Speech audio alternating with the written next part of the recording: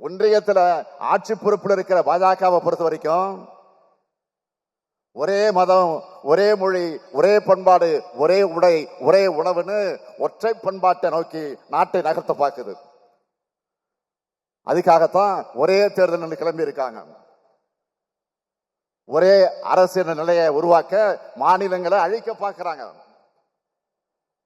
பாஜகவை பொறுத்த வரைக்கும் பெரும்பாலும் குறுகிய கால செயல் திட்டமாக இருக்காது, நீண்ட கால செயல் திட்டமாகத்தான் இருக்கும். இப்போ நாடு முழுக்க ஒரே நேரத்தில் தேர்தல் சொல்றவங்க காலப்போக்கில் நாட்டுக்கே ஒரே தேர்தல் சொல்ற நிலையை உருவாக்க நினைக்கிறாங்க. இது ஒற்றையாட்சிக்குத்தான் வழிவகுக்கும். இன்னும் சொல்லணும்னா இது தனி மனிதர் ஒருவர்கிட்ட தான் அதிகாரத்தை கொண்டு போய் சேர்க்கும். இது பாஜக என்ற கட்சிக்கு கூட நல்லதில்லை. இன்னைக்கு பிரதமராக இருக்கிற நரேந்திர மோடி அவர்களை சர்வாதிகார ஆக்கத்தான் இந்த சட்டம் பயன்படும். பாஜகவும் பாஜகவுக்கு மூளையாக இருந்து செயல்படக்கூடிய அமைப்புகளும் விரிக்கக்கூடிய வலையில இந்த அரசியல் காரணங்களுக்காக பாஜக ஆதரிக்கக்கூடிய கூட்டணி கட்சிகள் விழுந்துவிடக் கூடாது. இந்த சட்டத்தை ஆதரிக்க கூடாதுன்னு இந்த கூட்டத்தின் வாயிலாக நான் கோரிக்கை வைக்கிறேன்.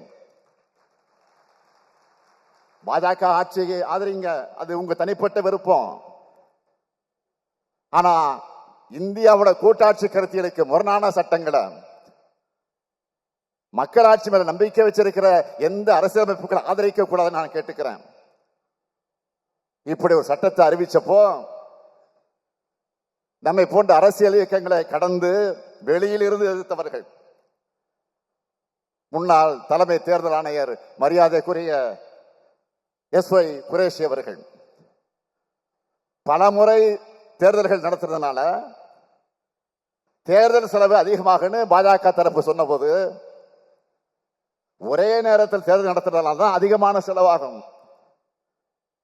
தேர்தலுக்கான கருவிகளும் ஆட்களும் பாதுகாப்பும் ஒரே நேரத்தில் தேவைப்படுகிறதுனால செலவு அதிகமாகத்தான் ஆகும்னு குரேஷி அவர்கள் சரியாக சொன்னார். இந்த சூழல்ல இந்திய அரசியலமைப்பை கூட்டாட்சி கருத்தியலை காக்க ஒரே நாடு ஒரே தேர்தல் முறையை நாம் இறுதி வரை எதிர்த்தாகணும். ஏன்னா நான் முன்னாடியே சொன்ன மாதிரி பாஜகவோட செயல் திட்டங்கள் நீண்ட காலத்துக்கானது. தங்களுடைய செயல் திட்டங்களுக்கு இடையூறாக இருக்கிறவங்களுக்கு எதிரான கருத்துருவங்கள் மெதுவாக சமூகத்தில் விதைக்க பார்க்கிறாங்க. அதுக்கு துணையா பல எடுபடிகளை பேச வைப்பாங்க. தன்னுடைய கையில் இருக்கக்கூடிய மீடியாக்களை வச்சு பொய் செய்திகளை பரப்புவாங்க, விவாதங்களை கட்டமைப்பாங்க, அளவில்லாமல் அவதூறுகளை அள்ளி இறைப்பாங்க, பச்சையான பொய்களால் கொச்சைப்படுத்துவாங்க. பாஜகவோட வாட்ஸ்அப் யூனிவர்சிட்டி தீய வேலை செய்யும். இதையெல்லாம் கடந்துதான் நாம் போராடணும், வெற்றி பெறணும். இப்ப கூட இந்திய நாட்டையும் அரசியலமைப்பு சட்டத்தையும் மக்களாட்சியும் காக்கத்தான் நாம போராடிக்கிட்டு இருக்கோம். ஆனா நம்ம அரசியலமைப்பு சட்டத்துக்கு எதிரானவங்களாக சித்தரிக்கிற முயற்சிகளை இறங்கி இருக்கிறார் தமிழ்நாட்டினுடைய ஆளுநர் ஆர்.என். ரவி அவர்கள். எந்த ஆளுநர்? மரபுப்படி நிறைவா பாடப்படக்கூடிய நாட்டுப்பண் பாடலுக்கு கூட நிற்காம வெளியேறின ஆளுநர். இருந்தாலும் ஒன்றிய அரசுக்கு நான் வைக்கும் கோரிக்கை என்பது, நான் ஆளுநரை விமர்சிக்கிறேன் என்பதற்காக அவரை மாத்திடாதீங்க. அவர் பேச பேசத்தான் பாஜக நாட்டில் அம்பலப்படுது. திராவிட கொள்கைகள் மேலும் மேலும் மக்களிடம் சென்று சேருது. அவர் பேச பேசத்தான் மக்களுக்கு மாநில சுயாட்சி முழக்கத்தினுடைய நியாயங்கள் புரியுது. இன்னும் சொல்லணும்னா இன்று முழுக்க இந்த மாநாட்டில் நம்முடைய தோழர்கள் திராவிடவியல் இயக்கத்தினுடைய குறித்து அழுத்தமாக உணர்வோடு பேசுறதுக்கான தூண்டுகோலாக இருந்து வரும் நம்முடைய ஆளுநர் அவர்கள் தான். தந்தை பெரியார் அடிக்கடி ஒன்றை சொல்லுவார், என்னை செயல்பட வைப்பது என்னுடைய தோழர்கள் அல்ல, என்னுடைய எதிரிகள்னு சொல்லுவார்.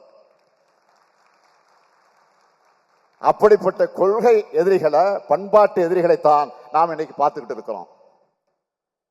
இன்றைய எதிரிகள் கருத்தியல் மோதலுக்கு தயாராக இல்லை.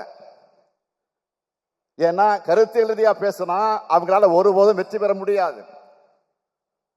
அதனாலதான் அவதூறுகளை ஆயுதங்களாக எடுக்கிறாங்க. அந்த துரோக கூட்டத்தை தொடத்தெறிய வேண்டிய கடமை சட்ட போராளிகளான உங்களுக்கு இருக்கு. இந்திய அரசியலமைப்பு சட்டத்தை காக்கக்கூடிய கடமை நமக்கு இருக்கு. இந்தியா முழுமைக்கு சமூக நீதியை உருவாக்கி தந்து பாதுகாக்கிற கடமையும் நமக்கு இருக்கு. எனவே இங்க இருக்கு சட்ட போராளிகளுக்கு நான் சொல்லிக்கொள்ள விரும்புவது, நீங்கள் கொள்கை போராட்டத்திலையும் ஈடுபடணும், உதவணும், உங்களை ஒப்படைத்துக் கொள்ளணும், தேர்தல் களத்திலையும் உதவணும். தேர்தல் நேரத்தில் உங்களுடைய வாரும் பணிகள் எல்லாம் மகத்தானது, பாராட்டுக்குரியது. இன்னைக்கு நினைச்சாலும் நான் மகிழ்ந்து கொண்டு இருக்கிறேன். 2019 முதல் நடந்த எல்லா தேர்தல்களிலும் நாம் தான் தொடர்ந்து வெற்றி பெற்றிருக்கிறோம். அதற்கு காரணம், முக்கியமான காரணம் நீங்கள் தான்.